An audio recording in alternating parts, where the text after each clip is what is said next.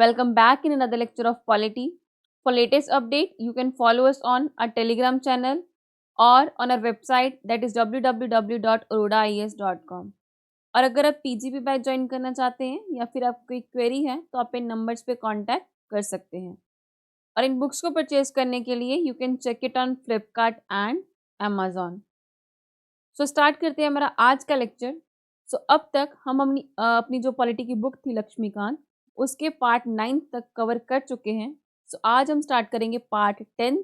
So part 10 में सबसे पहला चैप्टर है पॉलिटिकल पार्टीज के बारे में। सबसे पहले हम देखेंगे कि पॉलिटिकल पार्टीज का मीनिंग क्या है और कितने टाइप्स की होती हैं। So political parties are voluntary associations और organised groups of individuals who share the same political views and who try to gain political power through constitutional mean। कि political parties जो हैं वो एक एसोसिएशंस होती हैं, वो कुछ लोगों का ग्रुप होता है जिनकी सेम पॉलिटिकल व्यूज़ होते हैं और उनका मेन काम क्या होता है कि पॉलिटिकल पावर्स गेन करना चाहते हैं। वो किसके थ्रू? कॉन्स्टिट्यूशनल मीन्स के थ्रू, कि जिस तरह से कॉन्स्टिट्यूशन में दे रखा है। And who desire to work for promoting the national interest, और वो जो लोग हैं वो नेशनल इंटरेस्ट को प्रमोट करने के लिए काम करना चाहते हैं, और उनको क्या बोला जाएगा यहाँ पे? उनके ग्रुप को पॉलिटिकल पार्टीज। और पॉलिटिकल पार्टीज 4 तरह की होती है। फर्स्ट होती हैं reactionary parties which cling to the old socio economic and political institutions, जो पुराने ख्यालातों वाली होती है, जो पुराना चला आ रहा है उसी को रखना चाहती है, वो चेंज नहीं करना चाहती। नेक्स्ट आती है conservative party which believe in a status Q. Conservative party मतलब कि जो है वही रहेगा, उसमें चेंजेस नहीं किए जाएंगे, कंजर्व करके रखना, हर चीज़ को अपने तक सीमित रखना। नेक्स्ट है liberal party which aim at reforming the existing institution. Liberal party जो होती है वो रिफॉर्म्स में यकीन रखती है कि जो चला आ रही है उसको उसमें रिफॉर्म्स किए जाएं। नेक्स्ट आती है radical party which aims at establishing a new order, जिसका क्या एम होता है कि न्यू ऑर्डर्स को एस्टेब्लिश किया जाए और पुरानी जो एग्जिस्टिंग इंस्टीट्यूशंस है उनको ओवरथ्रो करके। So there are 3 kind of party system in the world. So world में 3 तरह की पार्टी सिस्टम है। फर्स्ट है one party system. It means in which only one ruling party exist, जिसमें सिर्फ एक रूलिंग पार्टी एग्जिस्ट करती है और उसका कोई भी अपोजिशन नहीं होता, जैसे कि फॉर्मर कम्युनिस्ट कंट्रीज में थी, जैसे कि यूएसएसआर और other eastern European countries. Second होती है two party system in which two major parties exist, जहाँ पे 2 मेजर पार्टीज होती हैं, जैसे कि यूएसए एंड ब्रिटेन में।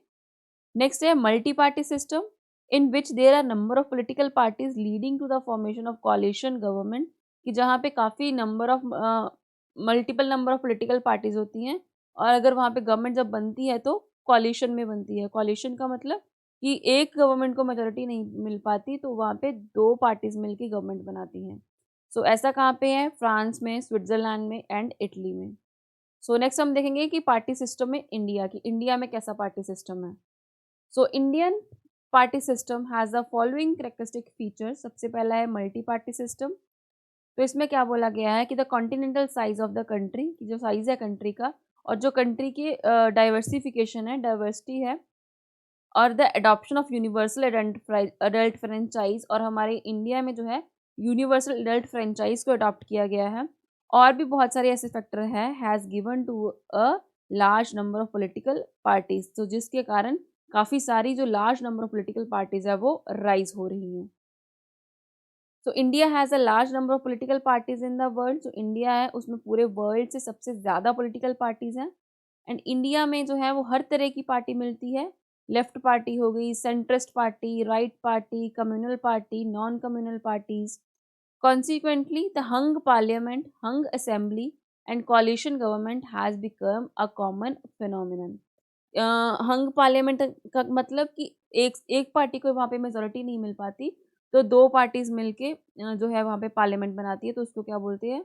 कॉलिशन गवर्नमेंट या फिर हंग पार्लियामेंट। हंग पार्लियामेंट मतलब एक के पास मेजोरिटी नहीं आ पा रही है, बिकॉज इतनी सारी पार्टीज बन जाएंगी यहाँ पे, तो ऑब्वियसली जो वोटिंग सिस्टम है वो डिवाइड हो जाएंगी उन सब में, तो इसके कारण एक पार्टी को मेजोरिटी नहीं मिल पाएगी। सो नेक्स्ट है वन डोमिनेट पार्टी सिस्टम। तो इसमें क्या है कि in spite of the multi party system, की बेशक इंडिया में मल्टी पार्टी सिस्टम है, The political scene in India was dominated for a long period by a Congress. कि बेशक इंडिया में मल्टी पार्टी सिस्टम चला आ रहा है, बट फिर भी बहुत लंबे समय तक जो कांग्रेस थी वो एक डोमिनेंट तरह से काम करती आ रही थी. Hence Rajni Kothari an eminent political analyst, जो रजनी कोठारी थे एक eminent political analyst, prefer to call the Indian party system, तो उन्होंने इंडियन पार्टी सिस्टम को वन पार्टी डोमिनेंट सिस्टम बोला और कांग्रेस सिस्टम भी कहा. The dominant position enjoyed by the Congress has been declining since 1967 with the rise of regional party and other national parties. कि 1967 के बाद जो कांग्रेस थी उसको उसमें डिक्लाइन आना स्टार्ट हो गया था उसकी पोजीशन में. क्यों? बिकॉज काफ़ी सारी जो रीजनल पार्टीज थी और काफ़ी सारी नेशनल पार्टीज वहाँ पे राइज होना स्टार्ट हो गई थी. नेक्स्ट आता है लैक ऑफ क्लियर आइडियोलॉजी. तो इसमें क्या है कि parties do not have a clear cut ideology. जो पार्टीज हैं उनकी कोई भी क्लियर कट आइडियोलॉजी नहीं होती.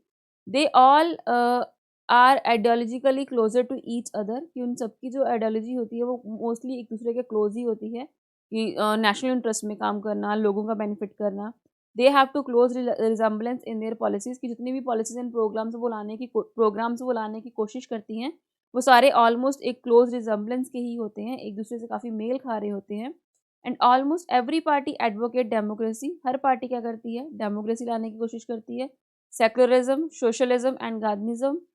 Politics has become issue based rather than ideology. की जो पॉलिटिक्स है वो एक इशू बेस्ड बनती जा रही है, कि कोई भी पार्टी जिसको अपनी वोट्स इकट्ठी करनी हो वो क्या करती है कि कोई प्रॉपर इशू उठा लेती है उस जगह का, कि अगर हम गवर्नमेंट बनती है हमारी तो हम इस इशू पे काम करेंगे या फिर इस इशू पे काम करेंगे. तो वो बात बोली गई है यहाँ पे कि जो पॉलिटिक्स है वो इशू बेस्ड बनती जा रही है रादर देन आइडियोलॉजी. नेक्स्ट है पर्सनैलिटी कल्ट. तो इसमें क्या है कि quite often the parties are organise around an eminent leader. कि यहाँ पे क्या किया जाता है कि जो पार्टीज हैं वो एक एमिनेंट लीडर के अराउंड ऑर्गेनाइज कर ली जाती है, कि कोई पर्सन ऐसा जो बहुत इंपॉर्टेंट होता है, कि बहुत जाना पहचाना होता है, उस पर्सन को जो पार्टी है वो आगे कर देती है, उसकी आइडियोलॉजी को आगे कर दिया जाता है. And parties are known by their leader. तो उस जगह पे उस पार्टी को उस लीडर के नाम पे जाना जाता है, ना कि उनके मैनिफेस्टोज के कारण, कि वो जो काम करना चाहती है वो पार्टी उन उन कामों के लिए उनको नहीं जाना जाता, सिर्फ उस लीडर के नाम पे उन पार्टीज को जाना जाता है. नेक्स्ट आता है बेस्ड ऑन ट्रेडिशनल फैक्टर्स.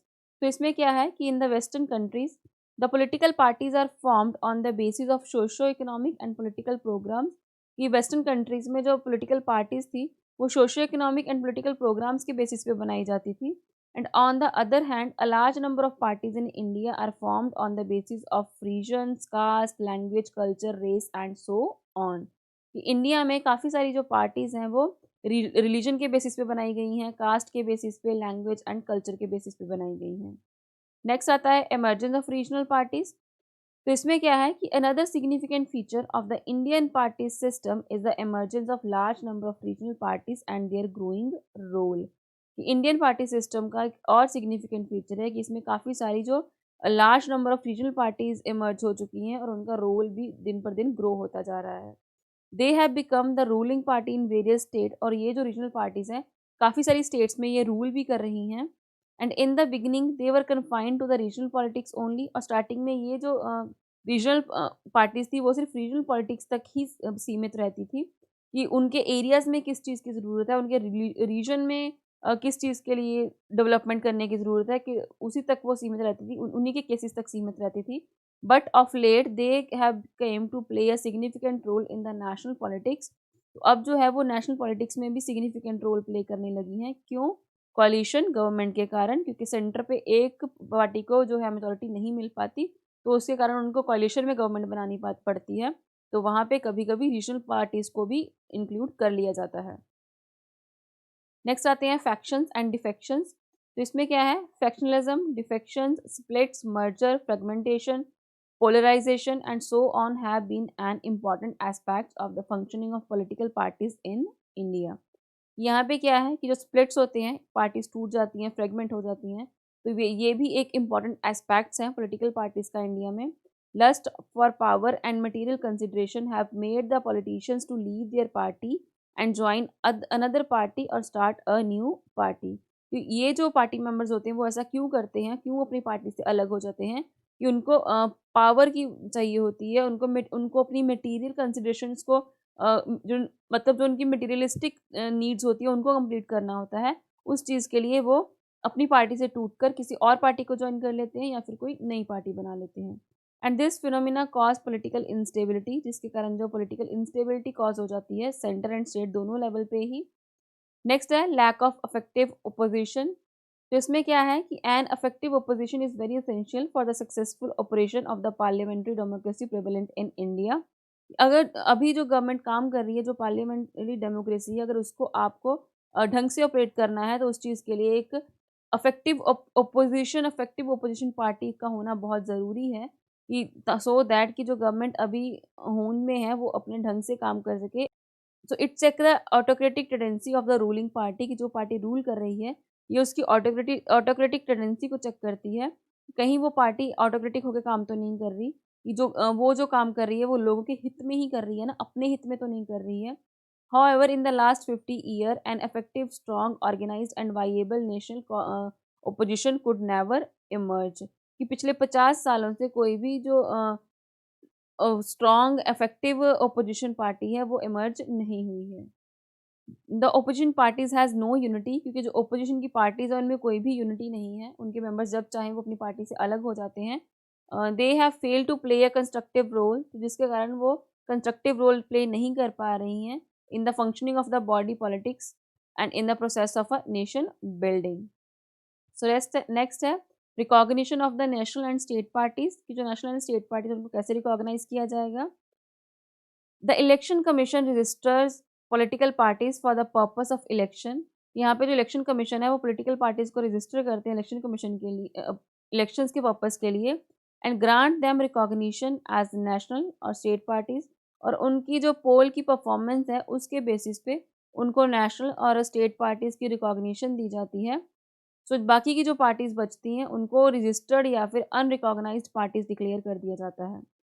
तो जितनी भी नेशनल पार्टीज होती हैं इस allotted a symbol exclusively reserve for its use, और उनको जो एक प्रॉपर सिंबल अलॉट किया जाता है जो उन्हीं के लिए ही होता है थ्रू आउट द कंट्री, उसको चेंज नहीं किया जाता। Similarly every state party is allotted a symbol exclusively reserve for its use, और स्टेट पार्टी को भी एक जो सिंबल अलॉट किया जाता है और वो भी उन्हीं के यूज के लिए रहता है, उसको भी चेंज नहीं किया जाता। A registered and unrecognized parties, on the other hand, can select a symbol from the list of free symbols। कि जो अनरजिस्टर्ड पार्टीज होती हैं वो अनरिकॉग्नाइज्ड पार्टीज होती हैं, वो क्या कर सकती हैं कि जितने भी फ्री सिंबल्स पड़े हैं उनमें से कोई भी एक सिंबल सेलेक्ट कर सकती हैं खुद की पार्टी के लिए। सो कंडीशंस क्या होंगी यहाँ पे, किसी भी पार्टी को अगर नेशनल पार्टी की तरह रिकॉग्नाइज करना है। So at present a party is recognised as a national party, कि अगर किसी को भी पार्टी को आपको नेशनल पार्टी रिकॉग्नाइज करना है तो ये कंडीशंस फुलफिल होनी चाहिए। फर्स्ट है कि if it secure 6% of valid votes polled in any 4 और मोर स्टेट्स, कि अगर उस पार्टी को 6% वोट्स मिलती हैं, वैलिड वोट्स की 6% वोट्स, वो वोट्स जो 4 स्टेट्स में पोल्ड हुई हैं at a general election to the Lok Sabha, की जो लोकसभा की इलेक्शन हुई थी उसमें अगर उस पार्टी को 4 स्टेट्स में 6% वोट्स मिलती हैं, या फिर लेजिस्लेटिव असेंबली की वोट्स में उसको 6% वोट्स मिलती हैं, and in addition it wins 4 seats in the Lok Sabha from any state और स्टेट्स, और इसी के साथ अगर वो लोकसभा में किसी भी स्टेट से 4 सीट्स जीत, एक स्टेट से या फिर एक से ज़्यादा स्टेट से उसको 4 सीट्स जीत जाती हैं। नेक्स्ट है if it win 2% of the seat in the Lok Sabha, अगर लोकसभा की इलेक्शंस में उसको 2% सीट जीत जाती हैं वो parties, and these candidates are elected from 3 states, और ये जो कैंडिडेट्स होंगे वो 3 स्टेट से इलेक्ट किए गए हों। नेक्स्ट है if it is recognised as a state party in 4 states, की अगर उस पार्टी को as a state party recognise कर दिया जाए 4 स्टेट्स में तब भी वो नेशनल पार्टी बन सकती है। नेक्स्ट है अगर किसी पार्टी को रिकॉग्नाइज करना हो एज अ स्टेट पार्टी तो इसके लिए कौन सी कंडीशन होनी चाहिए। फर्स्ट है कि it secure 6% of the valid votes polled in the state eight a general election of the legislative assembly of the state concern, कि जिस स्टेट की अगर किसी स्टेट की लेजिस्लेटिव असेंबली में उस पार्टी को 6% वैलिड वोट्स मिल जाती हैं, and in addition it wins 2 seats in the assembly of the state, और इसके साथ ही 2 सीट्स उसको असेंबली में जीत ली जाती है उसके द्वारा, तो नेक्स्ट क्या है कि if it secure 6% of the valid votes polled in the state at the general election of to the Lok Sabha, कि अगर लोकसभा में जो वोटिंग हुई थी उसमें उनको 6% वोट्स वैलिड वोट सिक्योर हो जाती हैं, और उसके साथ ही अगर वो एक सीट जीत लेती है लोकसभा में फ्रॉम द स्टेट कंसर्न, तो उनको स्टेट पार्टी की तरह रिकॉग्नाइज किया जा सकता है।